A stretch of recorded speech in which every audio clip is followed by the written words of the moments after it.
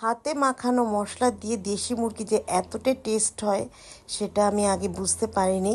তো এতটা সুন্দর গ্রান বের হয়েছে। হ্যালো ভিউয়ার্স, আসসালামু আলাইকুম। কেমন আছেন সবাই? আশা করি আল্লাহর রহমতে সবাই ভালো আছেন।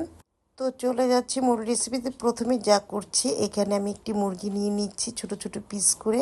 আর দেশি মুরগি নিয়েছি। আপনারা ইচ্ছে করলে কক বা যেটা পছন্দ সেটা, কিন্তু দেশি মুরগি এইভাবে রান্না করার পরে বুঝতে পেরেছি অনেকটা টেস্ট হয়।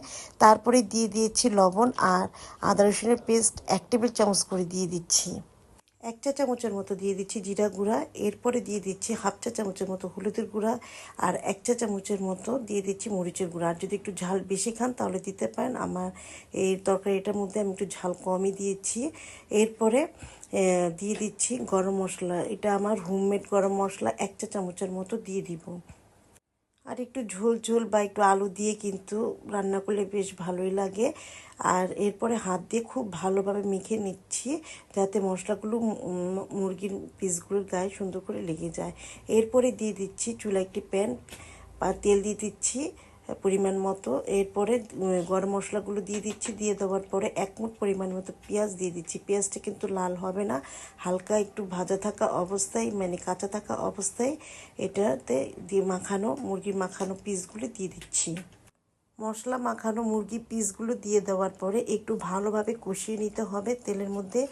আমার ভিডিওটিতে অবশ্যই লাইক কমেন্ট শেয়ার করুন আর সাবস্ক্রাইব করে আমার পাশে থাকুন প্লিজ। আপনাদের সাবস্ক্রাইবের মাধ্যমে কিন্তু আমাকে অনুপ্রেরণা যোগাবে। তারপরে ঢাকনা দিয়ে ঢেকে 15 মিনিটের মতো কুক করে নিচ্ছি। কুক করে নেওয়ার পরে এখানে পানি দিয়ে দিচ্ছি। মেজারমেন্টের কাপ অনুযায়ী 1 কাপ পরিমাণের মতো পানি দিয়ে আবার ভালো করে একটু রান্না করে নিব।